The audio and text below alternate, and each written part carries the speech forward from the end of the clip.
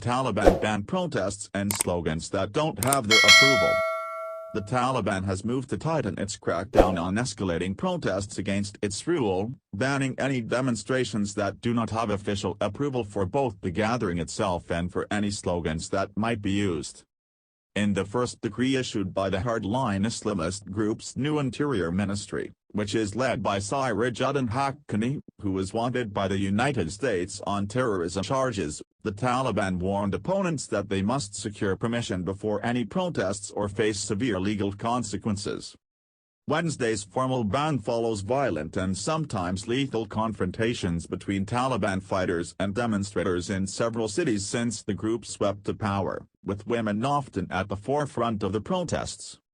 In the capital Kabul, a small rally was quickly dispersed by armed Taliban security, while Afghan media reported a protest in the northeastern city of Zabad was also broken up.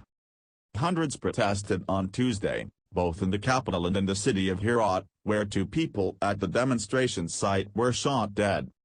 The move follows other signs that Afghanistan's new Al interim cabinet, made up entirely of Taliban loyalists, is moving rapidly away from earlier promises of moderation and inclusivity. The prohibition on protests came amid evidence that the Taliban is rapidly consolidating its grip on power after its recent conquest of the last areas opposing it in the Panjshir Valley, north of Kabul. In another indication of the darkening situation for human rights, another senior Taliban figure said on Wednesday that Afghan women, including the country's women's cricket team, will be banned from playing sport. The ban was announced as the international community responded warily to the new Taliban government, which began work on Wednesday. The U.S. Secretary of State, Antony Blinken, echoed other international figures in saying that the provisional Afghan cabinet was not the inclusive government the Taliban had promised and that the Islamist group needs to earn the international legitimacy and support it seeks.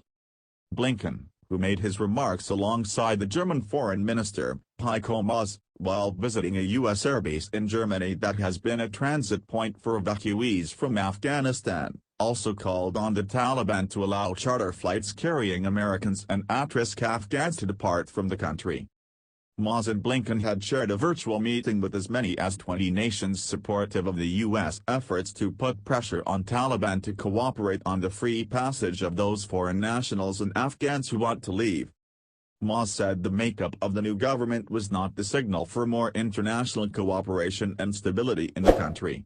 It must be clear to the Taliban that international isolation is not in its interests, and especially not in those of Afghanistan's people.